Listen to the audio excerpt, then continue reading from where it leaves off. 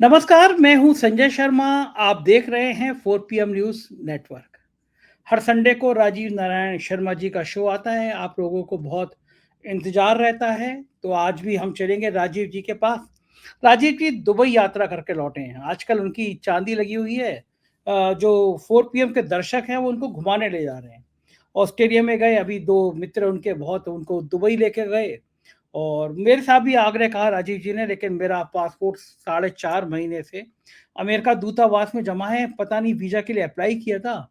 उस समय उन्होंने कहा your visa is approved, congratulation. और उसके बाद वो लेंस लगा के ढूँढ रहे हैं कि मेरे में ऐसी कोई-सी चीज़ है तो मुझे वीज़ा नहीं मिल रहा है, लेकिन मेरा पासपोर्ट भी वहीं जमा है। तो मैं नहीं जा पाया। जब पासपोर्ट मिलेगा तो मैं भी घूमने जाऊँगा। राजीव जी लौट के बड़े उत्साह में हैं, क्योंकि वहाँ पे वो एक मस्जिद देख कर आए। और बहुत शानदार मस्जिद थी। मंदिर में भी गए, व्रत था उनका, उस मस्जिद में भी गए, वहाँ के ज्ञान की बातें बताएँगे। लेकिन वहाँ इतने उत्साह में हैं कि आके उन्होंने मोहन भागवत की जन्मपत्री निकाल दी। और मोहन भागवत की जन्मपत्री निकाल के बता दिया कि मोदी जी पे हमले का अंत क्या होगा। और एक धमाका, हालाँकि मुझे पहले नहीं बताना चाहिए था, बाद में आप खुद सुनते उनके मुँह से अच्छा लगता, कि मोहन भागवत क्यों इस्तीफ़ा दे देंगे इस लड़ाई के बाद। भयंकर खुलासे आज किए हैं राजीव जी ने। अमेरिका के राष्ट्रपति चुनाव से लेके संसद सत्र तक, और योगी आदित्यनाथ के कांवड़ यात्रा पर जो नाम लगाने वाला विवाद है उस पर। बहुत शानदार शो है, पूरा सुनिएगा तो आपको मजा आएगा। जो मैं हर बार कहता हूँ कि राजीव जी पढ़े लिखे इंजीनियर हैं, लेकिन मन अध्यात्म में हुआ तो ज्योतिषी बन गए। कुछ भविष्यवाणियां सही हुई हैं, कुछ गलत हुई हैं, लेकिन बोलते अच्छा है तो लोग उनको सुनना चाहते हैं। मैं ये भी कहना चाहता हूँ कि मेरा यकीन है ज्योतिषी में, इसलिए मैं ये प्रोग्राम करता हूँ। अगर आपका ज्योतिष में यकीन हो तो आप देखिए, वरना बिल्कुल मत देखिए। लेकिन आप सुनिएगा तो आपको मजा आएगा। चलते हैं राजीव नारायण शर्मा जी से। उससे पहले अनुरोध आपसे करना चाहता हूँ, आप मेरे मित्र हैं, आप मेरे दोस्त हैं, तो चैनल के नीचे एक ज्वाइन बटन लगा हुआ है, इसको ज्वाइन कीजिएगा, सब्सक्राइब करिएगा, चैनल को थोड़ा उत्साह दीजिएगा, बढ़ाइएगा, तो आपको हमें अच्छा लगेगा कि आप हमारे साथ जुड़े हुए हैं। चलते हैं राजीव जी के पास। 4 PM न्यूज़ नेटवर्क में स्वागत है राजीव जी आपका। आज बहुत सारी बातें मुझे आपसे पूछनी है, धर्म से संबंधित भी पूछनी है, क्योंकि आपने धर्मशास्त्र का बड़ा अध्ययन किया है और आजकल धर्म को लेके बड़ी बहस चल रही है। जी। लेकिन सबसे पहले मैं पूछना चाहता हूँ कि संसद सत्र शुरू हो रहा है, और संसद सत्र की में क्या-क्या होगा ये मैं आपसे जानना चाहता हूँ, क्योंकि जब पार्लियामेंट बना था, उद्घाटन हुआ था, तो आप मानते हैं कि जिस क्षण घटना घटी वो क्षण उसका जन्म होता है, तो आपकी जन्मपत्री संसद की है आपके पास में। तो फिर ये क्या लगता है आपको कि क्या ये जो पार्लियामेंट का सत्र है, ये शांति से बीतेगा, हंगामा होगा, और क्या-क्या होगा इस सत्र में, आपको क्या लगता है? हाँ, देखिए संजय जी, सबसे पहले आपके दर्शकों को ये दिखा देता हूँ, ये 22 तारीख को मतलब कल जब संसद शुरू होगी तो ये 11 बजे की कुंडली है। दर्शक देख लें, 22 तारीख को 11 बजे की कुंडली सोमवार का दिन है और ये कन्या लगन की कुंडली बनी है। और मजे की बात है कि कन्या लगन ही जो है इस समय भाजपा का जो वर्षफल बना वो कन्या लगन का ही बना है। भाजपा की वैसे तो मिथुन लगन की कुंडली है और भाजपा की कुंडली में चौथा घर बनता है ये। तो इस कन्या लगन की कुंडली में लग्न में केतु है, 7वें घर में राहु है और आपके 5वें घर में चंद्रमा, 6वें घर में वक्री शनि, 9वें घर में बृहस्पति और मंगल, 11वें भाव में शुक्र और सूर्य। और इस लगन का स्वामी बुध होता है और बुध जो है 12वें घर में है। तो मैं आपके दर्शकों को सबसे बड़ी एक जानकारी बता रहा हूं ज्योतिष की सीखने वाली। अगर लग्नेश अपने से पीछे वाले घर में चले जाएं यानी 12वें घर में चले गए तो अपमान का विषय बनता है, नाना प्रकार के अपमान का। और ये कहा जाता है, इसका एक सिद्धांत हमने भी कहा कि लोग विदेश में कब जाते हैं तो याद रखिए ज्यादातर लोगों की कुंडली दिखाइए जो लोग एनआरआई बन चुके हैं। एक अच्छी रिसर्च आपको मिल जाएगी कि उनको अपने मातृभूमि में सुख नहीं मिला, जिसके कारण वो अपने प्रदेश गए, क्योंकि 12वां घर हमारा प्रदेश का भी है। तो इस कुंडली में विचित्रता ये है कि लग्नेश पिट गए और जबरदस्त पिटे हैं। इसमें मंगल की दृष्टि जो है और शनि की दृष्टि, मंगल की चौथी दृष्टि, शनि की 7वीं दृष्टि पड़ रही है। साथ में सिंह राशि भी इसमें पीड़ित हो रही है, जो सिंह राशि में ये है बुध, और वृश्चिक राशि भी पीड़ित हो रही है।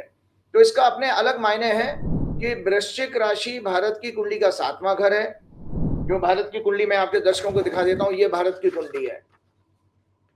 भारत की कुंडली, तो भारत की कुंडली का 7वां घर और भारत की कुंडली का चौथा घर। चौथा घर होता हमारा बेसिकली डोमेस्टिक हैप्पीनेस का। तो इस कुंडली के आधार पर मैं ये देख रहा हूं संजय जी कि इसमें सरकार के लिए भयंकर अपमान आ रहा है। इस सदन में ये जो सदन होगा, हाँ, भयंकर अपमान आ रहा है। क्यों? उसमें मैं ये राइटअप भी आप दिखा दीजिएगा, जब मैं आपको कुंडली भेजूंगा उसको फोकस कीजिएगा। मैंने इसमें लिखा है humiliation to ruling party with fiery and bold attacks by opposition. मतलब इंडिया अलायंस का जबरदस्त अटैक इसमें संसद में होने वाला है। जो सदन हमारा कल से शुरू हो रहा है, मतलब चढ़ के काम करेगा, इंडिया अलायंस चढ़ के बात करेगा। However budget will be people friendly. लेकिन एक बहुत अच्छी बात आम जनता के लिए अच्छी है कि बजट जो है वो दर्शकों को खुश करने वाला आएगा, मतलब पब्लिक जनता को बहुत सारी कंसेशन मिल सकते हैं, उसको हैप्पीनेस होगी, लग्जरी की आइटम्स हैं, कार है, गाड़ियां हैं, सुख साधन की चीजों पर बहुत सरकार रियायत बरसने वाली है।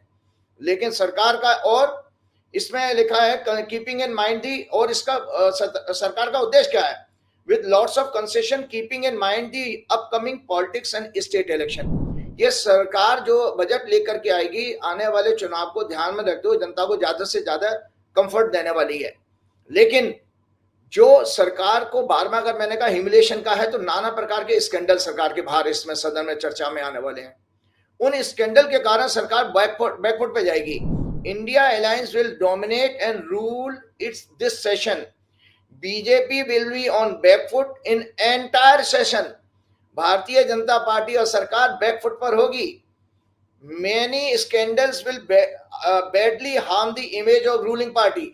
मतलब सरकार की जो धत पिटने वाली है वो बहुत सारे स्कैंडल से पिटने वाली है। तो ये सदन में इंडिया अलायंस का, जो कि मैंने इंडिया अलायंस की कुंडली आप लोगों को दिखाई भी थी, ये इंडिया अलायंस की कुंडली है।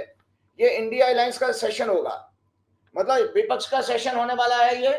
और आप देखेंगे आने वाले टाइम में कि इसमें जितने भी शिक्षा से लेकर के और जो इलेक्ट्रिकल बॉन्ड का भी जजमेंट, आपको पता है, मैंने आपको बताया था कि सुप्रीम कोर्ट ने उसके ऊपर जो किसी ने रिट दाखिल किया उसको सुनने के लिए उन्होंने हामी भर दी है। तो ये फाइनेंशियल स्कैंडल के लिए भी इनके लिए खतरनाक है। मतलब भाजपा के लिए ये सोचिए मृत्युतुल्य कष्ट आ रहा है इस सदन में, मृत्युतुल्य कष्ट, चौतरफा मार होने वाली है। और एक और चीज में एक कुंडली और दिखाना चाहता हूं। ये मैंने मंगल की ट्रांजिट बताई थी कि 12 जुलाई को मंगल बदला है राशि, ठीक है, देख रहे हैं। तो इस मंगल ने जो राशि बदली, ये धनु लगन की कुंडली बनी है, और ये भाजपा की कुंडली का 7वां घर है। और 7वां घर होता है हमारे प्रतिष्ठा का, मान प्रतिष्ठा का, और गठबंधन का भी होता है। तीसरा घर से मैंने दर्शकों को हमेशा बताया, तीसरे घर से एलाइज आते हैं। तो मजे की बात देखिए कि एक इन्होंने आदेश पारित किया था, अभी धर्म की कोई यात्रा वात्रा निकलने वाली है, जो भी आयोजन होने वाला है, उनके 3 एलाइज ने, मैं अखबार की 2 दिन पुरानी अखबार की बात बता रहा हूँ, जनता दल यू और रामविलास पासवान की पार्टी, और एक और किसी तेलुगु देशम में किसने, उन्होंने भी सरकार के इन आदेश को क्रिटिसाइज करना शुरू किया है। तो ये सदन जो सेशन जो शुरू हो रहा है, इसमें बीजेपी अकेली पड़ जाएगी, उसके एलाइज भी उसका साथ नहीं देंगे उसकी पॉलिसीज के मामले में, जो पॉलिसीज इंडिया अलायंस उसकी बैंड बजाने वाली है। तो ये मेरी इसमें एनालिसिस है। और आपको बता देता हूं कि जो मंगल का एक जो बदला था, इसमें काफी विश्व में दुर्घटनाएं का भी योग बन रहा है। और आपको पता है सरकार के लिए बहुत ज्यादा घेरने वाला क्या चीज है, आपको पता ही होगा कि नरेंद्र मोदी जी की जो ओथ हुई थी, मैंने आप लोगों को बताई थी कुंडली के, नरेंद्र मोदी जी की ओथ बहुत गलत समय पर हुई है। और उस ओथ के कारण नरेंद्र मोदी जी को, ये नरेंद्र मोदी जी की ओथ की कुंडली है कि नरेंद्र मोदी जी को बहुत सारा जो है इसमें कष्ट आ रहा है। कि आप देखिए, ये मैंने संगठा चक्र भी दिखाया था, ये एक विशेष मैथमेटिकल चक्र होता है, जिससे देखते हैं कि हम दुर्घटनाएं या और नाना प्रकार के वायलेंस को हम कैसे प्रिडिक्ट कर सकते हैं। तो मैं आप लोगों को बता रहा हूं कि नरेंद्र मोदी जी ने 4 जून 2024 को जब क्या नाम है, उनका रिजल्ट आया है, और 9 जून 2024 को उन्होंने शपथ ली थी। 9 जून के बाद से संजय जी 7 घटना घट चुकी हैं हमारे सैनिकों के ऊपर आक्रमण की। जम्मू कश्मीर में 7 आपकी जो है, जिसमें हमारे मिलिट्री के बहादुर जवानों को अपनी जान गंवानी पड़ी है। और दुर्भाग्य ये है कि कैसी संवेदनहीन सरकार है कि आज तक नरेंद्र मोदी और उसका मंत्री, रक्षा मंत्री भी किसी सैनिकों के घर में शोक व्यक्त करने के लिए जाता नहीं है। पता नहीं उनको क्या डर है कि अगर वो चले गए तो शायद नरेंद्र मोदी जी नाराज हो जाएंगे। और मैंने अपनी जिंदगी में भाई इतना संवेदनहीन व्यक्ति तो नहीं देखा मोदी जी जैसा। आप देखिए कि आप 2014 से बताइए कोई भी दर्शक, भाजपा के लोगों के लिए भी मैं चिंतन के लिए विषय छोड़ता हूं, उनके अंधभक्तों के लिए भी चिंतन के लिए विषय छोड़ता हूं कि आप बताओ नरेंद्र मोदी को किसी गरीब के घर जाके सीने से लगाते हुए आपने देखा है? क्यों? चाहे वो आपके प्राकृतिक प्रकोप के कारण उनकी मृत्यु हो जाए, चाहे बाढ़ आदि में हो जाए, चाहे दुर्घटना में हो जाए, रेल एक्सीडेंट भी हो गया। अभी एक रेल एक्सीडेंट हो गया संजय जी, एक और हो गया, डिब्रूगढ़ में हुआ है, कहां हुआ है? तो लगातार दुर्घटनाएं हो रही हैं, लेकिन मोदी जी अपने कंफर्ट में इतने व्यस्त हैं कि उनको लगता है कि उनके कुर्ते पर, उनकी जैकेट पर कोई सिलवट ना पड़ जाए, कोई छींटे ना लग जाए, कोई बदबू ना आ जाए।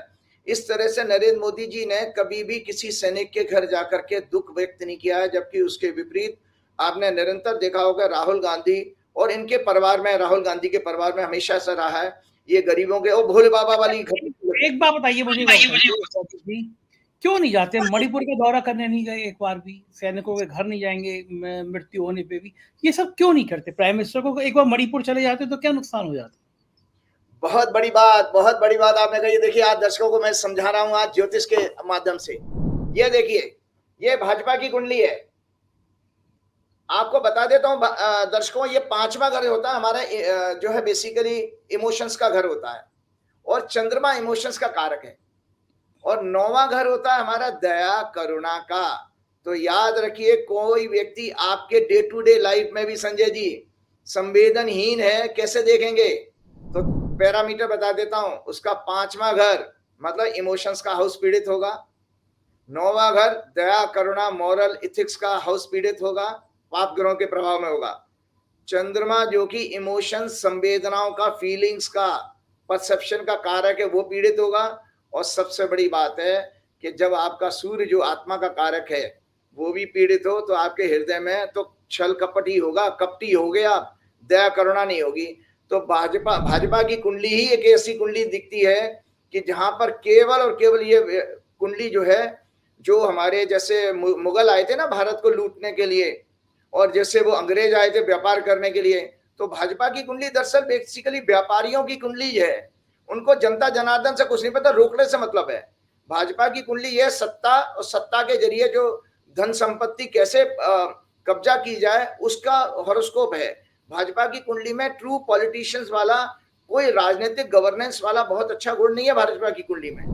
मुझे तो दुर्भाग्य है कि 2010 से हम 14 से हम इस सरकार को देख रहे हैं, तो आप निरंतर देखिए कि किसी भी घटना में ही नहीं है जो है ये लोग दुर्घटना के समय या सैनिकों के, और मतलब आप जो गलवान घाटी में भी जब वो सैनिक मरे थे तब भी बताइए मोदी जी कौन से चले गए थे घर में किसी के? उनको कई सारे घरों में अभी तक उनको मुआवजा की भी परेशानी आ रही है। मोदी जी जब 700 किसान मरे थे तो आप बताइए वो कहाँ किसी के घर में गए थे क्या संवेदना व्यक्त करने? मोदी जी एक भी फोटो, एक भी तस्वीर दिखा दीजिए जहां मोदी जी ने किसी गरीब को गांव में जाकर के गले लगाया। इन्होंने गुजरात में भी ऐसा नहीं किया। और वैसे कहेंगे कि हम गरीब घर में पैदा हूं, पहले तो गरीब घर में पैदा नहीं हुए, अच्छा खासा व्यापार था उनके घर में। तो ये आपके प्रश्न का जवाब, गरीब को गले तो लगाया। देखिए आप अंबानी जी गए गले लगाया।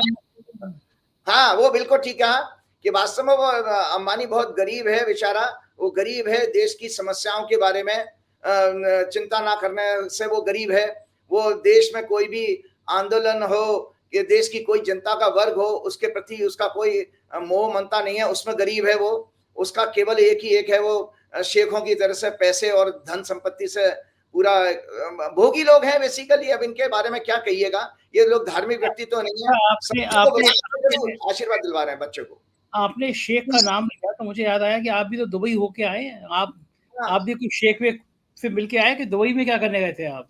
नहीं, दुबई में तो देखिए ऐसा था कि कोई 2 लोग आपके 4 PM की वजह से मेरे संपर्क में आए थे। तो उनको कोई अपना जो है उन्होंने बताया था अपना वो व्यापार शुरू करने जा रहे हैं। तो उन्होंने मेरी गाइडेंस जब ली थी, तो गाइडेंस लेने के नाम पर वो मेरे को वहां लेकर के गए कि भाई आचार्य जी शुभ मुहूर्त वगैरह आप देख लेते हैं, और हम जिन पार्टियों से बात करने जाएंगे उनका संपर्क। तो मेरी भी अच्छी यात्रा, मेरी भी कुंडली में कुछ अच्छा ग्रह योग चल रहा है कि धड़ाधड़ विदेशी यात्राएं हो रही हैं विदेश की। तो संजय जी आपको मैं बता देता हूँ, फिर मैंने ऑस्ट्रेलिया के बाद ये मेरा दूसरा प्रदेश प्रवास था, मतलब पहली सेकंड कंट्री में गया हूँ। तो बार बार हम यही बात कर रहे हैं कि हम बेशक हम धर्म संस्कृति की बात करते हैं, कोसों दूर हैं हम अपने पब्लिक के को सुख देने के नाम पर, हम कोसों दूर है। हमारे राजनीतिक भ्रष्ट, हमारी ब्यूरोक्रेसी भ्रष्ट है और बिल्कुल मतलब पब्लिक के प्रति बिल्कुल संवेदनहीन है। वहां पर आप देखिए कि वहां मैंने बैक टू बैक ऑस्ट्रेलिया के बाद ये देखा कि पब्लिक इतनी खुश है वहां पर अपने रूलर से। कोई बिजली पानी की कोई समस्या नहीं, कोई जाती नहीं बिजली, सड़कों पे कोई जानवर नहीं घूमते हुए नजर आएंगे, नीट एंड क्लीन सड़कें। क्या बात कर रहे हैं? आपको कोई भी इतने दिनों से आपको कोई गाय बैल सांड कोई ना सड़क पर नहीं आया? बड़ा लग रहा होगा आपको उत्तर प्रदेश की भारत की याद आ रही होगी कि सड़क पे गाय नहीं है, बैल नहीं है, सांड नहीं है, बड़ा सूना सूना लग रहा होगा आपको। और सबसे बड़ी चौंकाने वाली बात, घरों में ताले नहीं लगते बाबूजी। हम रामराज है वहां पर, असली रामराज। दुबई में मैंने देखा, एक मुस्लिम कंट्री होते हुए भी वो उस समय हमारे रामायण काल के राम जी के समय को भोग रहे हैं। वो कह रहे हैं कि आचार्य जी यहाँ पर अगर किसी का बैग भी गिरा जाएगा ना सड़क पे, तो लोग लेकर के उसको पुलिस में जमा करा देते हैं, कोई ताले नहीं है। मैं बड़ा हैरान था, हम गाड़ी में ऐसे लैपटॉप का बैग छोड़ के चले जाते थे। हमारे अगर दिल्ली में हो ना, तो दिल्ली में तो शीशा तोड़ के वो लैपटॉप का बैग गायब कर देंगे, कभी भी आराम सेकंड में टूट जाएगा। लैपटॉप का बैग ऐसा का ऐसा ही पड़ा रहता था। बिल्कुल मुझे लोगों ने बताया वहां पर ताले नहीं लगते हैं। और वर्ल्ड क्लास, मतलब जो वर्ल्ड का टॉप मोस्ट जो है इंफ्रास्ट्रक्चर है वो है हाई क्लास। जब मैं वहां की कंस्ट्रक्शन की क्वालिटी भी देखता था, फिनिशिंग देखता था, रॉ मटेरियल देखता था, प्योरेस्ट, एकदम प्योर। तो ये सब हम देखते हैं कि भाई हम अपने देश में कर क्या रहे हैं। तो आज एक चिंतन हो गया दो देशों के देखने के बाद कि वास्तव में हम जो है मानसिकता से अभी भी हम स्वतंत्र नहीं हो पाए हैं। हमें ये पता ही नहीं है कि हमारा जीवन लोगों को सुख देने के लिए, डेमोक्रेसी का मतलब होता है पब्लिक राजा होती है, पब्लिक को सुख दीजिए, क्योंकि पब्लिक के टैक्स के पैसे से ही सुप्रीम कोर्ट के जजों की तनख्वाह जारी है, प्रधानमंत्री राष्ट्रपति को सैलरी मिल रही है, सारी ब्यूरोक्रेसी को मिल रही है, सारे प्रधानमंत्री पीएमओ के ऑफिसर्स उसी से आपके सैलरी से पल रहे हैं, आपकी फौज से लेकर सारी पैरामिलिट्री फोर्सेस, पुलिस फोर्सेस, सबकी सैलरी हमारे आपके पैसे से जा रही है। लेकिन हम जनता यहाँ पर बेसिकली यहाँ पर एक लेबर क्लास और दरिद्रों की तरह से ट्रीट किया जाता है और एक सौतेला व्यवहार होता है जो अंग्रेजों के टाइम में होता था। बिल्कुल एक्जैक्टली। क्योंकि दुबई में और आपने क्या क्या देखा, एक बहुत सुंदर मंदिर बन रहा है दुबई में, प्रधानमंत्री जी का श्रेय आता है उसमें, दुबई में मंदिर बनवा दिया उन्होंने। जी बिल्कुल, मैं बताता हूँ कि आपको मैं बताता हूँ। देखिए एक और चीज मैंने देखी थी वहां पर, मुझे ये जानकारी, एक तो सारी इंडस्ट्री शहर के बाहर है, तो शहर के बाहर आप देखिए जो लेबर्स के लिए जो क्वार्टर वहां कंपलसरी है बाबूजी। वहां लेबर्स को हाउस देना कंपलसरी है, लेबर को गाड़ी देना कंपलसरी है। आप लेबर को एम्प्लॉय नहीं कर सकते। आप बिजनेसमैन को या उद्योगपति को लेबर को गाड़ी देनी पड़ेगी, लेबर वहां पे पैदल नहीं आएगा आपके यहाँ वर्किंग के लिए। और आपको पता उनके घर भी एसी हैं सारे के, और साथ में उनकी वर्किंग आवर्स ऐसी हैं, दोपहर के 12 बजे से 3 बजे तक कोई किसी लेबर को एम्प्लॉय नहीं काम नहीं कर सकता। 50,000 धीरम का फाइन है वहां पे, 50,000 धीरम। अगर कोई लेबर 12 बजे से 3 बजे काम करती हुई पकड़ी गई किसी इंडस्ट्री में, तो उस इंडस्ट्री पे पेनल्टी लग जाएगी। तो इतना कंफर्ट है। अब आता हूं बात उसके लिए कि 150 किलोमीटर दूर आबू धाबी में एक हमारा स्वामी नारायण संस्था जो गुजरात की है, उसका मंदिर जो है वहां पे बना था, जो मोदी जी भी गए थे। मोदी जी ने उद्घाटन नहीं किया था, शामिल हुए थे। उद्घाटन शब्द तो मंदिर के लिए ठीक नहीं लगता है, बेसिकली मंदिर की प्राण प्रतिष्ठा होती है। तो मंदिर में उसमें काम अभी भी चल रहा है। मैं फोटो मैंने खींच के लाया हूं, तो आप अपने दर्शकों को दिखाइएगा। 2 धार्मिक स्थल मैंने देखे, और उस दिन दर्शकों को मैं बताना चाहता हूँ, देवशैनी एकादशी थी, बड़ा पवित्र दिन था। मैं कई वर्षों से एकादशी के, दोनों एकादशी के व्रत रखता हूँ, शुक्ल पक्ष की भी और क्या नाम है कृष्ण पक्ष की भी। तो देवशैनी एकादशी वो एकादशी है जिस दिन भगवान नारायण, हमारी हिंदू धर्म के मतलब हमारे शास्त्रों की मान्यता है कि भगवान नारायण क्षीर सागर में रेस्ट करने के लिए चले जाते हैं।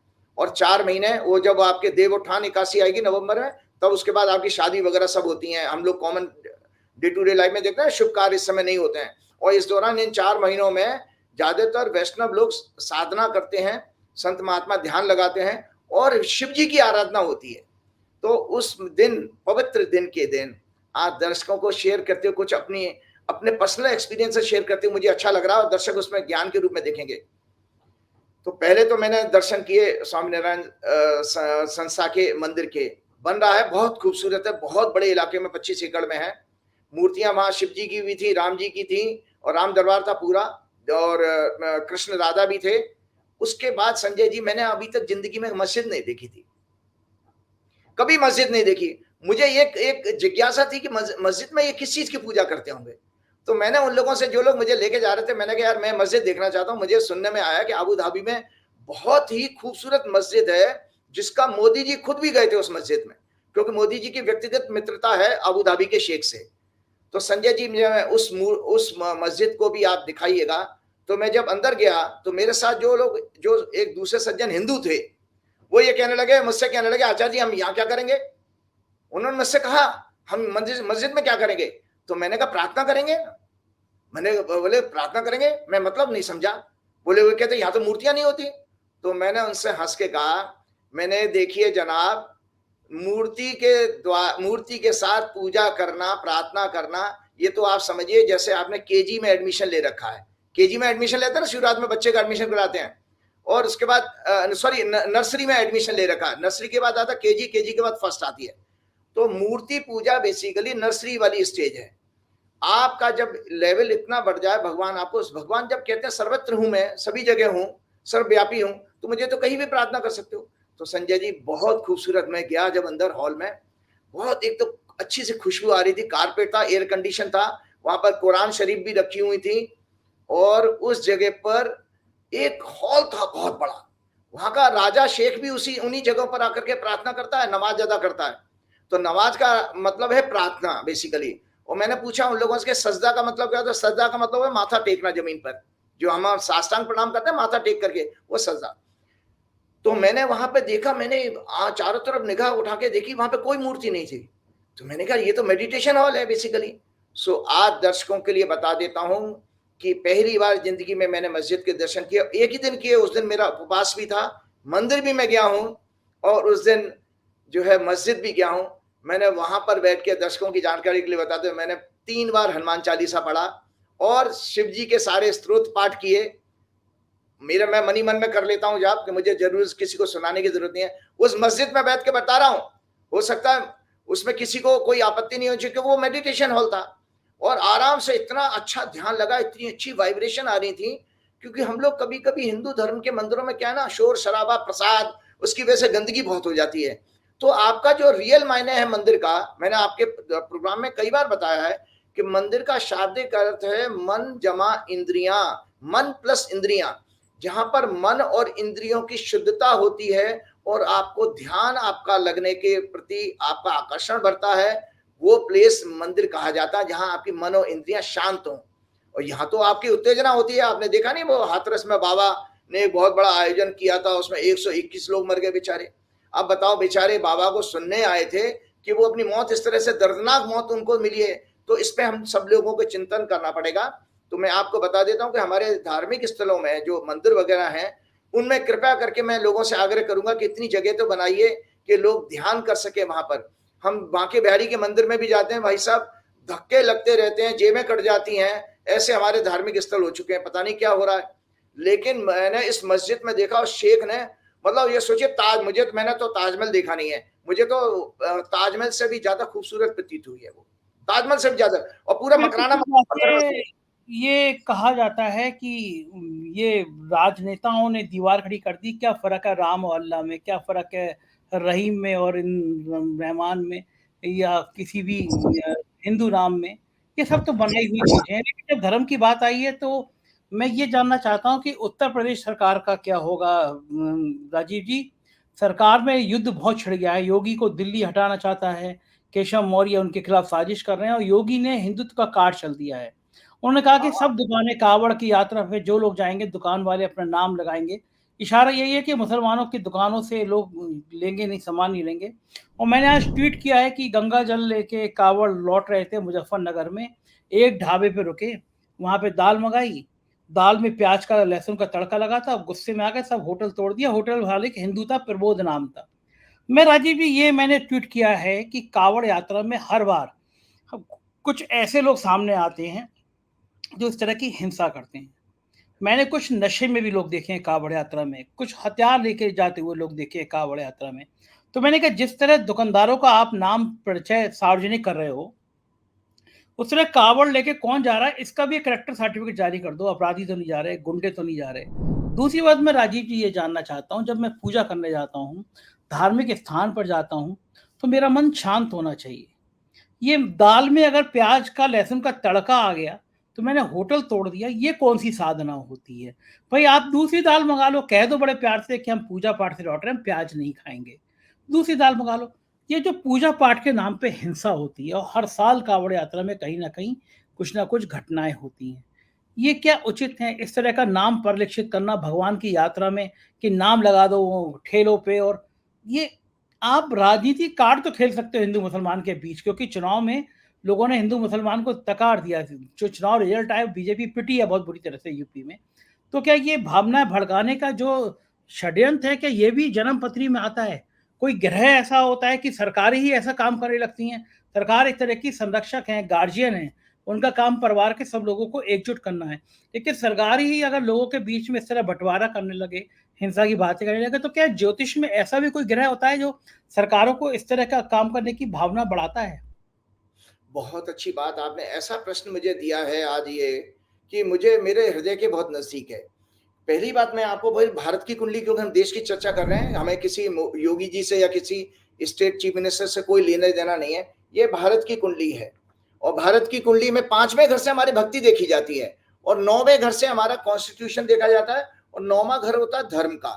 तो याद रखिएगा, रिलीजन जो है, रिलीजन बेसिकली एक आस्था है।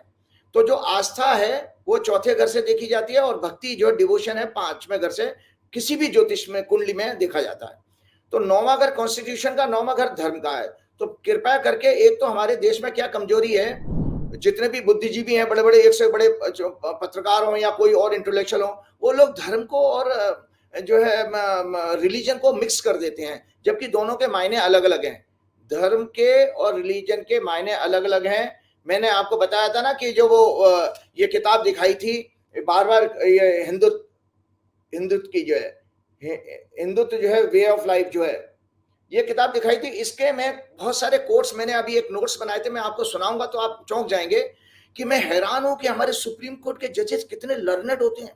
ओ माय गॉड, उन जजों ने ऋग्वेद के श्लोक को कोट किया है, महाभारत के श्लोक को कोट किया है इसमें, और आपके अलग अलग तरह के चाणक्य को कोट किया है, युधिष्ठिर को कोट किया है, तब जाकर के वो जजमेंट दिया है। तो मैं आज उसी नाते बता रहा हूं कि जो कॉन्स्टिट्यूशन में हमारे फंडामेंटल राइट हैं, fundamental rights as per constitution, right to freedom, right to equality, right to freedom of religion. Freedom of religion भी मेरा जन्म से मेरा राइट है, कॉन्स्टिट्यूशन ने दिया है। तो कोई चीफ मिनिस्टर मैं ये खाऊंगा, मैं ये पहनूंगा, मैं ये नहीं करूंगा, वो नहीं करूंगा, उसमें दखलंदाजी नहीं कर सकता, क्योंकि वो मेरा व्यक्तिगत विषय है, वो मेरा पर्सनल विषय है। उसमें किसी सरकार को कोई इसमें हस्तक्षेप करने की जरूरत नहीं है, क्योंकि फंडामेंटल राइट है। और right against exploitation, right to constitutional remedies, cultural and educational rights. तो ये रिलीजन को बेसिकली कल्चरल भी माना गया है, क्योंकि जो डेमोग्राफिक कल्चर थी अलग अलग, उस तरह से लोगों की आस्थाएं बन गई। अब जैसे आदिवासियों में जाइए, वो लोग वृक्ष को और नदियों को और इनको पूजते हैं। आपने देखा ना, पेड़ वगैरह को पूजते हैं। किसी देवी देवताओं को उतना उनका पूजन नहीं है, तो जंगल में जो होता है वो उसको पूजा करते हैं, उनकी देवी होती हैं। Constitution says that the responsibility of the legislature is not just to provide fundamental rights, but also more importantly to safeguard them. तो ये योगी जी हों या कोई भी हो, आप उनको, हर नागरिक को फंडामेंटल राइट आपको प्रोवाइड करना और उसकी सेफ्टी भी, आप सेफगार्ड भी आपको करना है।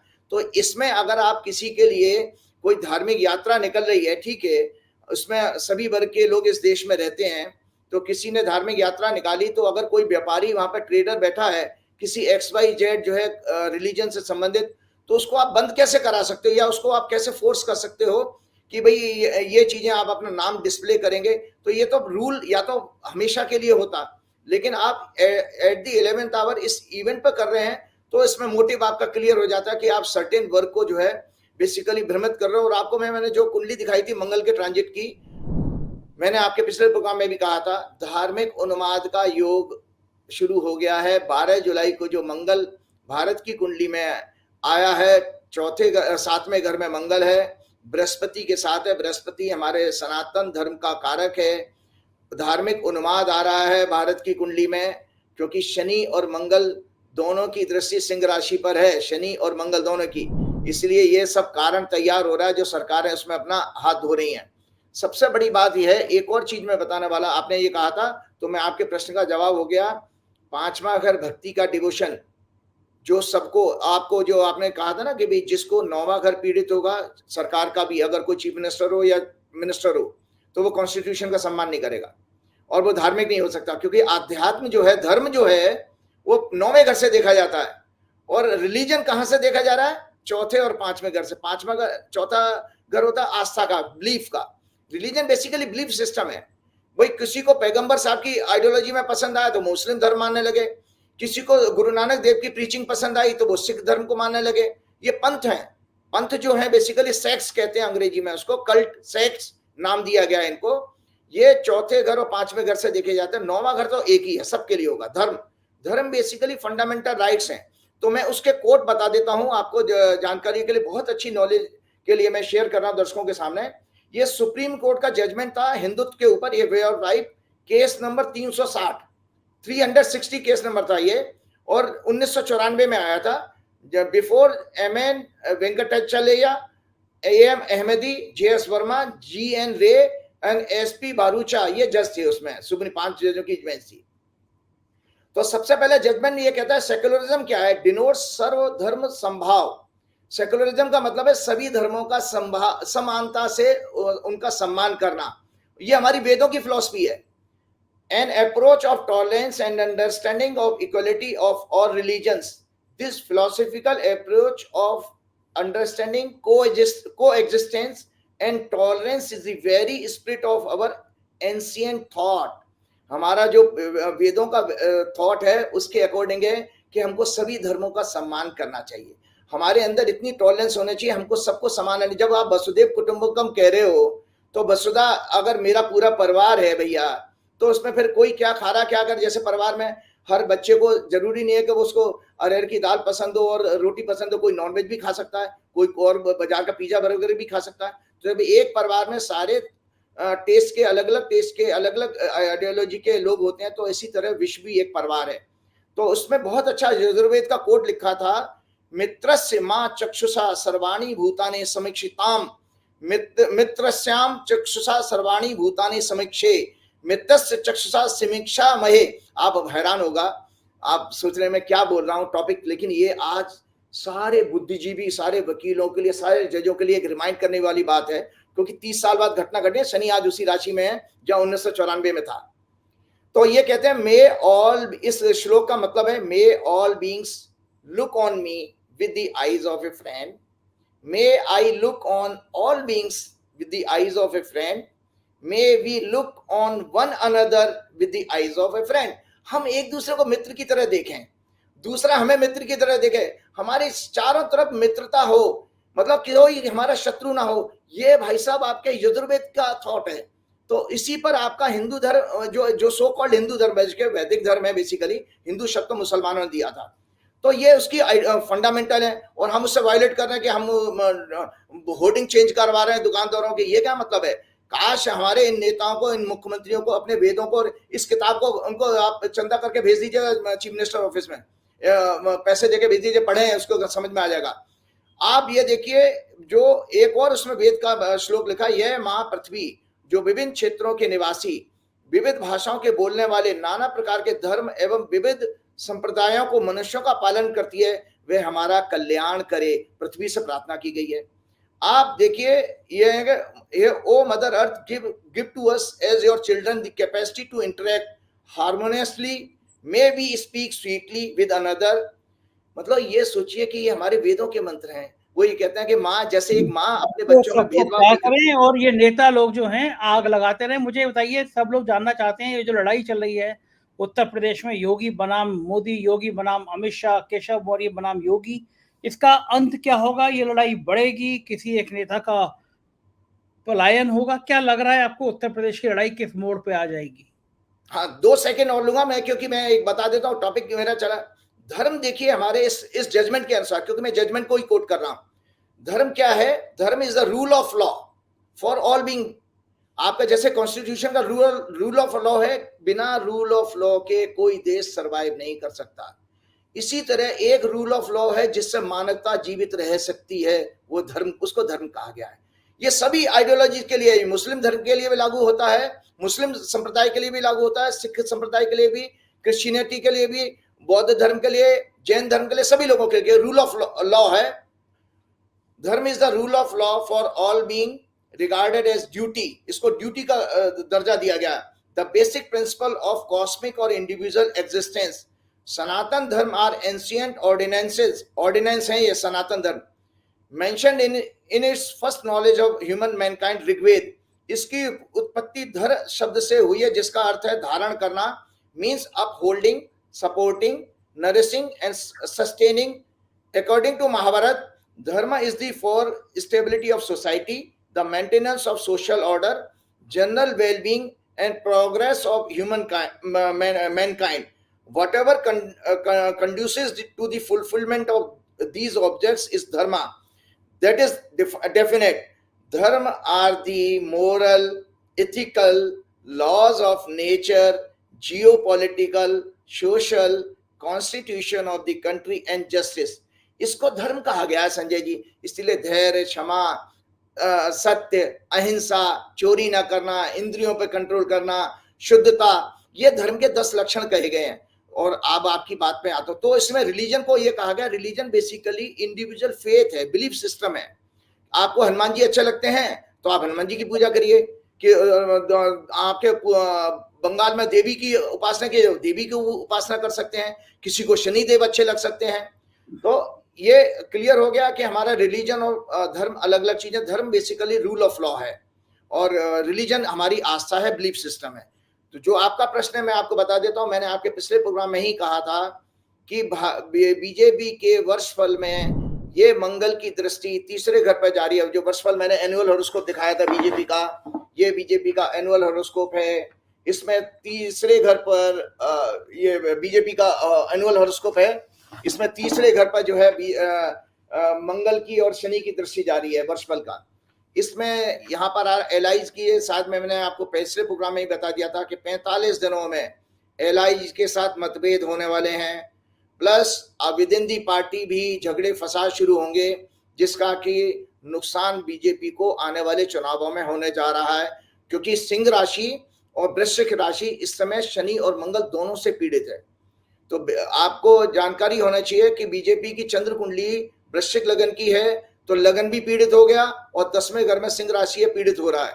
चंद्रमा की महादशा चल रही है इनकी, तो बीजेपी में तो पक्के रूप से झगड़ा फसाद होने वाला है। और अभी मोहन भागवत जी ने एक बयान और दे दिया है कि कोई भी सुपर ह्यूमन बीइंग की तरह काम नहीं कर सकता। एक बहुत सीधा सीधा इतना सख्त बयान है मोहन भागवत जी का, जो सीधा सीधा नरेंद्र मोदी के और अमित शाह की वर्किंग पर अटैक करता है। और एक जानकारी के लिए मैं बता देता हूं, पहली बार मैं ये हॉरोस्कोप लेकर के आया हूं कि मोहन भागवत जी की ये हॉरोस्कोप है। ये दर्शक देख ले, मोहन भागवत जी की हॉरोस्कोप है। मोहन भागवत जी का जन्म 11 सितंबर 1950 11:04 में सांगली महाराष्ट्र में हुआ था। तो आज इसलिए मैंने हॉरोस्कोप चर्चा की कि मोहन भागवत जी कुछ ऐसा भी करने जा रहे हैं जो कि देश में राजनीतिक भूचाल लाने वाला है। अरे गजब। यस, सो मोहन भागवत जी ने पशु चिकित्सक, मैंने वेटरनरी डॉक्टर हैं ये बेसिकली, जो बाई प्रोफेशन ये वेटरनरी डॉक्टर की इन्होंने क्वालिफिकेशन ली है। लग्नेश मंगल which is a 6th lord also in 12th house hospital में। इनका मून केतु के नक्षत्र में है।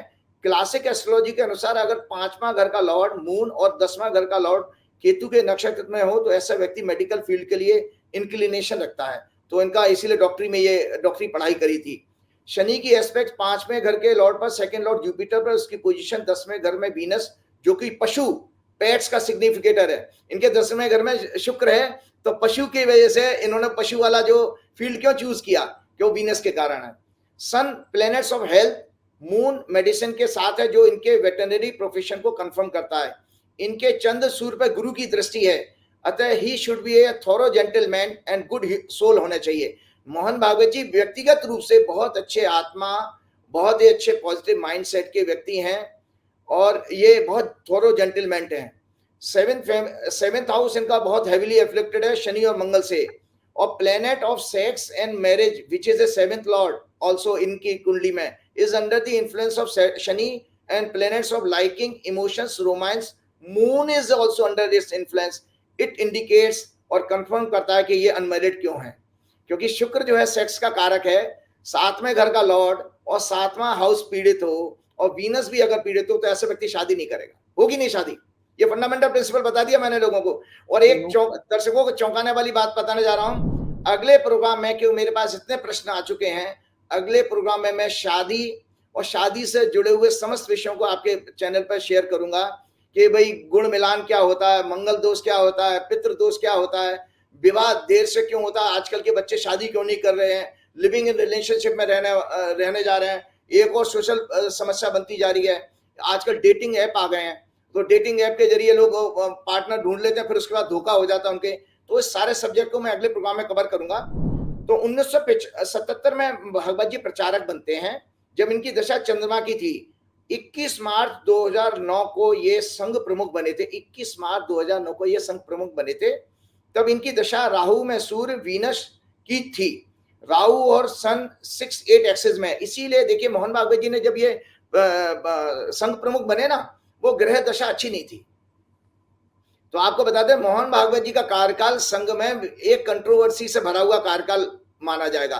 व्यक्ति बहुत अच्छा है, वो मैंने पहले ही बता दिया, थोरो जेंटलमैन है, लेकिन इनकी वर्किंग के ऊपर प्रश्न चिन्ह लगे। मतलब इनको जो संघ को प्रशंसा मिलनी चाहिए, संघ इसमें जाकर के बदनाम भी हुआ राजनीतिक महत्वाकांक्षा के कारण और एक गलत सरकार को प्रमोट करने के कारण। तो उसमें मैंने कहा 6-8 एक्सेस में है, आपस में ग्रेट एनिमी है, सूर्य और जो राहु हैं वो आपस में ग्रेट शत्रु हैं, इसलिए इनका कार्यकाल कंट्रोवर्सीज के साथ याद किया जाएगा। इसमें संघ का राजनीतिक महत्वाकांक्षा, छल कपट में सत्ता के साथ होकर उनके प्रत्येक अनैतिक कार्यों पर प्रश्न न करने के कारण देश में प्रतिष्ठा को डैमेज करने वाला माना जाएगा। मतलब इसमें संघ की प्रतिष्ठा भी दांव पर लगी, इसलिए बार बार संघ को भी लोगों ने आड़े हाथ लिया है। अब जो चौंकाने वाली बात मैंने आपको बताना चाह रहा था, 28 जुलाई 2024, भागवत जी मेरा प्रोग्राम अगर सुनते हो या संघ का कोई आदमी सुनो, जरूर पहुंचा देना मेरी बात को। 28 जुलाई 2024 आने वाली, आज तो 21 है, 28 जुलाई 2024 से इनकी गुरु में मंगल की दशा शुरू हो रही है। मंगल लग्नेश होकर 12वें भाव में, त्याग पत्र अपमान के भाव में है। गोचर में गुरु और मंगल इनके 7वें भाव में है। मंगल वाणी के भाव को प्रभावित कर रहा है, जन्म का मंगल इनके कम्युनिकेशन भाव को प्रभावित कर रहा है, अतः इनके द्वारा लगातार एग्रेसिव स्टेटमेंट आते रहेंगे जो सत्ता में बैठे लोगों को बेचैन और परेशान करेंगे। जुलाई 2025 तक इनके त्याग पत्र देने का या पद छोड़ने का भी योग बना हुआ है। अरे बाप रे, क्योंकि इनके 12वें घर से लग्नेश इनका 12वें घर में है, तो ये पद छोड़ने का या त्याग पत्र देने का इनका योग आ गया है। तो ये छोड़ देंगे। मतलब मोदी जी से लड़ाई इतनी बढ़ जाएगी कि इस्तीफा दे देंगे। बिल्कुल, पद छोड़ने का इनका मन बन जाएगा इसमें अपने आप। ये 28 जुलाई ज्यादा दूर नहीं है, 1 हफ्ते की बात है, केवल और केवल 1 हफ्ते की बात है। 1 हफ्ते बाद से शुरू हो जाएगा ये योग। 1 हफ्ते बाद शुरू हो जाएगा। और कब तक चलेगा ये योग है जी? ये अभी 28 जुलाई से शुरू हो रहा है, ये खत्म होगा जाकर के जुलाई 2025 तक, पूरा 1 साल। 1 साल के बीच में भागवत जी पद छोड़ देंगे। पद छोड़ देंगे। अरे गजब, ये डेट याद कर लीजिएगा। ये जो एपिसोड हम लोग बाद में इसको निकाल के चलाएंगे कि अगर उन्होंने छोड़ दिया तो की। बिल्कुल चलाएंगे। एक दो चीजें जल्दी से शेयर करता हूं आपको। एक सेकंड चलते एक आखिरी सवाल मुझे ये भी पूछना, याद रखिएगा। आपकी बात के बाद मेरा सवाल जो है वो एडवांस में बता दे रहा हूँ। मैं अमेरिका के चुनाव में पूछना चाहता हूँ, क्योंकि जब आप मुझे मिले थे तो आपने अमेरिका की बड़ी सटीक भविष्यवाणी करी थी। तो पहले आप अपनी बात बता दीजिए और फिर अमेरिका के बारे में बता दीजिए। हाँ, मैंने अमेरिका के क्वेश्चन में ही आ गया हूँ। ये मैं डोनाल्ड ट्रंप की ये हॉरोस्कोप दिखा रहा हूँ, ये दर्शक देख ले डोनाल्ड ट्रंप की। इनके ऊपर अभी पिछले कुछ दिन पहले एक जानलेवा हमला हुआ था। ये डोनाल्ड ट्रंप की कुंडली है। डोनाल्ड ट्रंप का जन्म 14 जून 1946 को हुआ था। सिंह लगन की कुंडली है, मंगल लगन में बैठा है, बृहस्पति इनके दूसरे घर में है, केतु और चंद्रमा चौथे घर में, 10वें घर में सूर्य राहु, 11वें भाव में बुध और 12वें घर में शुक्र और शनि इकट्ठे हैं। इनका जो है मैं आपको बता देता हूं, जिस दिन ये घटना घटी है धनु लगन था उस समय पेंसिल्वेनिया में इनको 13 जुलाई को 6:15 पर शाम के टाइम गोली का अटैक हुआ है। बंदूक जो पिस्टल मारी थी लड़के ने, मतलब सॉरी पिस्टल से अटैक किया था। तो उस दौरान इनका धनु लगन है, लग्न पर 6वें भाव से मंगल की दृष्टि, अष्टमेश चंद्रमा का 10वें भाव में राहु केतु से पीड़ित होना, लग्नेश गुरु का 6वें भाव में होना अचानक इस घटना को कंफर्म करता है। इनकी कुंडली में इस समय इनके 10वें भाव में डोनाल्ड ट्रंप के मंगल आ गया 12 जुलाई को, और देखिए उस मंगल की दृष्टि लगन पे पड़ रही थी। और याद रखिएगा दुर्घटना कभी भी अगर कोई होगी, एक तो 8वां घर अचानक मतलब सडन इवेंट्स का होता है, और 6वां घर होता है बेसिकली एक्सीडेंट का या किसी की इंजरी का। तो इसी के कारण चूंकि जैसे ही 12 जुलाई को मंगल आता है, सिंह लगन के डोनाल्ड ट्रंप के ऊपर बंदूक से अटैक हो जाता है, मतलब पिस्टल से अटैक हो जाता है। तो ये घटना अपने आप में कंफर्म करती है कि कितनी सटीक इनकी हॉरोस्कोप भी मेरे पास सटीक है। अब मैं आने वाले टाइम में बता देता हूं, वर्तमान में इनकी दशा गुरु, और ये आपको बता रहा हूं, ये दरअसल बहुत क्रोधी वेश से शॉर्ट टेम्पर्ड आदमी है, ये अच्छा इंसान नहीं है ज्यादा, और अनप्रेडिक्टेबल है, रेस्टलेस माइंड का आदमी है, और ऊल जलूल बकने वाला है, मतलब एग्रेसिव बहुत ज्यादा है। वर्तमान में इनकी दशा गुरु केतु 16 सितंबर 2024 तक, शनि चल रहा है 30 जुलाई 2024 तक चल रही है। उसके बाद 16 सितंबर 2024 से एक बड़ी घटना यहां पर भी मैं प्रेडिक्ट कर देता हूं। 16 सितंबर 2024 से इनकी शुक्र की अंतर्दशा शुरू होगी, जो 18 मई 2025 तक चलेगी। डोनाल्ड ट्रंप की कुंडली में शुक्र और शनि इकट्ठे हैं, ये महिलाओं से, अनेक महिलाओं से संबंध बनाने का योग है। दर्शक मेरी बात सुन लें, 16 सितंबर से, चुनाव इनके नवंबर में होता है, डोनाल्ड ट्रंप का कोई सेक्स स्कैंडल फिर इनके सामने आने वाला है, जो डोनाल्ड ट्रंप के इलेक्शन के लिए बहुत ज्यादा नुकसान पहुंचाने वाला है। 16 सितंबर 2024 से, क्योंकि शुक्र की दशा शुरू हो रही है, अंतर्दशा, और उसके बाद शनि से वो पीड़ित है 12वें घर में, तो गुरु की इनकी महादशा चल रही है। तो ये डोनाल्ड ट्रंप के लिए खतरनाक समय है कि इलेक्शन का, इनका तो नॉमिनेशन तो क्लियर हो चुका है, लेकिन इलेक्शन में इनके जीतने के लिए संकट आएंगे। और अमेरिका की कुंडली भी मैं बता देता हूं, अमेरिका की कुंडली बहुत ही ज्यादा कंट्रोवर्शियल चुनाव इंडिकेट कर रही है। आपको एक कुंडली और चर्चा करता हूं, ये है देखिए जॉय बाइडेन की, इनके बारे में भी बहुत सारा चीजें मीडिया में आ रहा है। ये जॉय बाइडेन की कुंडली है। जॉय बाइडेन 20 नवंबर 1942 को जन्म हुआ था, सुबह 8:38 इनका भी पेंसिल्वेनिया का भी ही जन्म है। वृश्चिक लगन की कुंडली है, सूर्य और शुक्र इनके लगन में है, चौथे घर में केतु, 6वें घर में चंद्रमा, 7वें घर में वक्री शनि, 9वें घर में उच्च का बृहस्पति है, 10वें घर में राहु, और इनके मंगल और बुध जो है 12वें घर में, लग्नेश 12वें घर में होने का मतलब very very bad phase for him on health ground. इनके लिए हेल्थ ग्राउंड का, और दर्शकों को बता दे, दर्शकों दोबारा दिखा देता हूं, इसमें लिखा हुआ भी है मैंने कि मरकरी और अगर मंगल का कॉम्बिनेशन होता है तो ब्रेन का डिसऑर्डर आता है। इनको पार्किंसन या जो भी ब्रेन की बीमारी है, डिमेंशिया वगैरह की बीमारी है, ये बीमारी इनकी बढ़ने वाली है, जिसके कारण इनके इस्तीफा देने का योग, मतलब इनका इलेक्शन से हटने का योग बन रहा है। आपको इनकी डिटेल बता देता हूं। लग्न वृश्चिक लगन है, लग्न में 12वें घर, 12वें लग्नेश 12वें घर में है, 8वें घर का लॉर्ड 11th लॉर्ड मरकरी है, सूर्य शुक्र लगन में है, expected bye exalted Jupiter from non house, he should be a good human being, मतलब बेटर देन ट्रम्प से ज्यादा अच्छे आदमी हैं। Unpredictable Trump with clear government vision. Moon is in 6th house, expected by Mercury. Mars indicates some wrong decision with restless mind. Moon is his 64th Navansha Lord, placed in 6th house, afflicted by Mangal. Venus is 22nd Reshkon Lord, afflicted by Saturn. वर्तमान में इनकी शनि की महादशा चल रही है, जो 2041 तक रहेगी। शनि चंद्रमा 30 अगस्त से लेके 30 अगस्त से 2 नवंबर तक, 30 अगस्त के बाद इनके लिए सेहत का विषय बहुत विषय बढ़ने वाला है। इनके लिए मृत्यु तुल्य कष्ट है अगले साल तक, इनकी लाइफ के लिए थ्रेटनिंग बहुत ज्यादा है। तो इनका लाइफ थ्रेटनिंग पीरियड अप्रैल 2025 तक है। इनकी हॉरोस्कोप में ब्रेन और नर्व से रिलेटेड मेडिकल प्रॉब्लम्स का कंफर्म योग है, जिसके कारण इनको चुनाव से हटने का योग बना हुआ है। ये चुनाव से बाहर हो जाएंगे। ग्रहों की स्थिति बता रहा हूं कि बाइडेन की जगह दूसरा इनकी पॉलिटिकल पार्टी किसी कैंडिडेट को आगे कर सकती है, कि बाइडेन की दिन ब दिन हेल्थ खराब होने वाली है।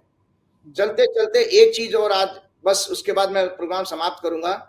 आज संजय जी 21 तारीख को आज गुरु पूर्णिमा है, और दर्शकों को ये जानना चाहिए कि गुरु का मतलब क्या है। और गुरु के नाम पर आपने देखा कैसे पाखंडी गुरु है। और मजे की बात है, मैंने देखा था गुरु आजकल फोन कर रहे हैं, 2-3 दिन पहले से फोन करना शुरू हो जाता है चेलों के पास कि भाई तुमको आना है, मतलब उनको दान मिलेगा। तो ये गुरु पूर्णिमा का महत्व क्या है, तो मैं जल्दी से दर्शकों के लिए एक छोटा सा राइटअप पढ़ के सुना देता हूँ। संसार में सर्वत्र सुख दुख हानि लाभ जीवन मरण दरिद्रता संपन्नता बीमारी स्वास्थ्य और शिक्षा और अज्ञान आदि विभिन्न जीवन के रूप स्पष्ट दिखाई देते हैं। भारतीय संस्कृति पुनर्जन्म एवं कर्म सिद्धांत पर आधारित है, जबकि विश्व के अन्य पंथ इसको नहीं मानते। हम जो भी अच्छे या बुरे कर्मों का फल इस जीवन में प्राप्त करते हैं, वह सभी हमारे प्रारब्ध कर्मों के कारण ही मिलता है। हॉरोस्कोप या कुंडली हमारे प्रारब्ध का परफेक्ट डॉक्यूमेंट है। इन कर्मों को 3 भागों में बांटा गया है। संचित कर्म, पूर्व सभी 84 लाख जन्मों के किए गए एकत्रित संस्कार यानी कर्म। प्रारब्ध कर्म, संचित कर्मों के सर्वश्रेष्ठ पुण्य, जिनसे हमें ये मानव जीवन जैसा सर्वश्रेष्ठ जन्म प्राप्त हुआ है। आगामी कर्म, इस वर्तमान जीवन में वेद अनुसार धर्म अर्थ काम मोक्ष चारों पुरुषार्थ के आधार पर निश्चित कर्म। वर्तमान में सामान्यतः हमारा अधिकतर समय काम क्रोध लोभ मोह अहंकार छल कपट निंदा ईर्ष्या दूसरों का नुकसान करने की सोच असत्य अहिंसा जैसे अधर्म और अनैतिक तरीके से अधिक धन संपत्ति एकत्रित करने के विचारों के साथ व्यतीत होता है। वैदिक ज्योतिष में हमें प्रारब्ध को समझने में वैदिक ज्योतिष हमें 100% मदद करती है। साथ ही इस जीवन में आगामी कर्मों को शास्त्रानुसार करने की प्रेरणा देती है, जिससे हम स्वयं का परिवार का समाज का देश का संपूर्ण विश्व का कल्याण करने में एक माध्यम बन सकते हैं। 2 मिनट और दीजिए। हम प्रयत्न करके गुरु को मैं आज एक्सपोज करने जा रहा हूं तुलसीदास जी का हवाला लेके। हम प्रयत्न करके एक और चीज है संजय जी बता देता हूं। बहुत अक्सर लोग पूछते कि वो मेरा नुकसान कर देगा, मेरे को ये बर्बाद कर देगा। तो एक सब लोगों की आंखें खोलने के लिए एक मेरा संदेश सुन लीजिएगा। हम प्रयत्न करके किसी का अनिष्ट कर देंगे, उसे बर्बाद कर देंगे या अन्य नुकसान पहुंचा सकते हैं, सर्वथा भ्रम और अहंकार है। कोई माई का लाल किसी को बर्बाद नहीं कर सकता, क्योंकि प्रत्येक संस्था देश समाज पंथ व्यक्ति को मिलने वाले लाभ हानि यश अपयश सुख दुख या अन्य सभी प्रकार के कष्ट आदि भौतिक आदि दैविक आध्यात्मिक सभी प्रारब्ध का विषय है, डेस्टिनी का सब्जेक्ट है। वे किसी भी व्यक्ति विशेष के हाथ में नहीं है। जैसे उदाहरण के तौर पर बता दो, भारत का जो आजाद भारत का जन्म हुआ है उसमें लगन में राहु है।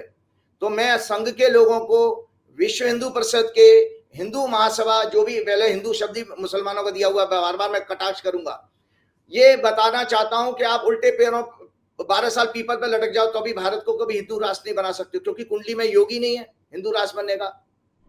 चलिए, अज्ञानता बस हम सभी अपने सच्चे स्वरूप और ईश्वर की सत्ता की महिमा को पहचानने में भूल कर रहे हैं या भूल गए हैं, और शास्त्रानुसार अपने जीवन को सुखी और कल्याणकारी बनाने के लिए स्वयं भगवान द्वारा गीता में बताए गए 3 मार्ग ज्ञान भक्ति कर्म को छोड़कर दंभी पाखंडी मायावी अल्पज्ञानी गुरुओं संतों महात्माओं बाबाओं के चंगुल में फंसते जा रहे हैं। याद रहे, वर्तमान में सच्चा गुरु मार्गदर्शन करने वाला ज्ञानी दुर्लभ होता जा रहा है। इसका महत्व क्या है? हिंदू पंचांग के अनुसार प्रत्येक वर्ष आषाढ़ मास में शुक्ल पक्ष की पूर्णिमा तिथि को गुरु पूर्णिमा के रूप में मनाया जाता है। इसे व्यास पूर्णिमा भी कहा जाता है। इस दिन गुरु का पूजन करके उनका आशीर्वाद प्राप्त किया जाता है। पुराणों के अनुसार इस दिन महर्षि वेदव्यास का जन्म हुआ था। महर्षि वेदव्यास का इस दिन जन्म हुआ था, और वेदव्यास जी ने चारों वेदों का ज्ञान 18 पुराण भगवत गीता के लेखन का कार्य करके आने वाले युग में मनुष्य के मार्गदर्शन का कल्याणकारी कार्य किया। महाभारत की रचना भी इन्होंने ही की थी। ये महर्षि पाराशर के पुत्र और महर्षि वशिष्ठ के प्रपौत्र हैं, ग्रैंडसन हैं। इस दिन प्रत्येक भारतीय को व्यास जी सहित समस्त ऋषियों शंकराचार्यों सभी आचार्यों ज्ञानी महात्माओं जैसे गुरु नानक गुरु गोविंद सिंह अन्य गुरुओं तुलसीदास जी चैतन्य महाप्रभु सूरदास जी कबीर आदि का स्मरण करके ध्यान करना चाहिए। उनके दिए हुए मानवता के कल्याण के संदेशों पर चिंतन करना चाहिए। अपने माता पिता का, अपने अध्यापकों का भी आशीर्वाद लेना चाहिए। माँ हमारी सर्वप्रथम गुरु होती है संजय जी। माँ से हम पहला शब्द सीखते हैं, इसलिए माँ सर्वोच्च गुरु माना गया है, सर्वप्रथम गुरु माँ को। गुरु कौन है? जल्दी से 1 सेकंड दीजिए, मैं आपको लग रहा थोड़ा सा ज्यादा हो गया। गुरु कौन है? वह व्यक्ति जिससे हमें किसी भी विषय का ज्ञान रूपी प्रकाश मिले, जो हमारे संशय भ्रम के अंधकार को दूर कर सके। सच्चा गुरु कभी भी मनुष्य को अपने आश्रम या अपने से जोड़ने का प्रयास नहीं करता कि मेरे आश्रम में आओ। सुन ले, मैं दोबारा रिपीट कर रहा हूं। सच्चा गुरु कभी भी मनुष्य को अपने आश्रम या अपने से जोड़ने का प्रयास नहीं करता, बल्कि भक्त को ईश्वर की महिमा का ज्ञान देकर ईश्वर की तरफ जोड़ने का प्रयास करता है। क्योंकि भगवान के साथ तो हमारा संबंध सदा से है और स्वाभाविक है, क्योंकि हम सभी भगवान के सनातन अंश हैं। गीता में चैप्टर 15 में भगवान ने कहा है, ममे वांशो जीव लोके जीव भूत है सनातना। हे अर्जुन, सभी जीवों में मेरा अंश है। और जीवन का परम सत्य भी यही है कि उसने ही हमें पृथ्वी पर भेजा है और अंत में उसी के पास हम सभी को जाना है। और ये राज कपूर का गाना बड़ा फेमस है, एक लाइन सुना देता हूं। सजन रे झूठ मत बोलो, खुदा के पास जाना है। ना हाथी है और ना घोड़ा है, वहां पैदल ही जाना है। गुरु शब्द 2 शब्दों से मिलकर बना है, बता देता हूं। गुरु शब्द में गु नाम अंधकार रूपी अज्ञानता का है और रू नाम ज्ञान रूपी प्रकाश का है। अर्थात जो आपके अज्ञानता रूपी अंधकार को ज्ञान रूपी प्रकाश से दूर कर दे, वही गुरु है। वर्तमान में श्री हनुमान जी से सच्चा और बड़ा गुरु कोई संभव नहीं है। इसलिए तुलसीदास जी ने प्रार्थना की, श्री गुरु चरण सरोज रज निज मन मुकुर सुधार, वर्ण बुद्धिहीन तनु जान के सुमरो पवन कुमार, विद्या देव मोह हरौ कलेश विकार। मैंने आपको बताया था पिछले प्रोग्राम में भी कहा, 5 प्रकार के कलेश होते हैं।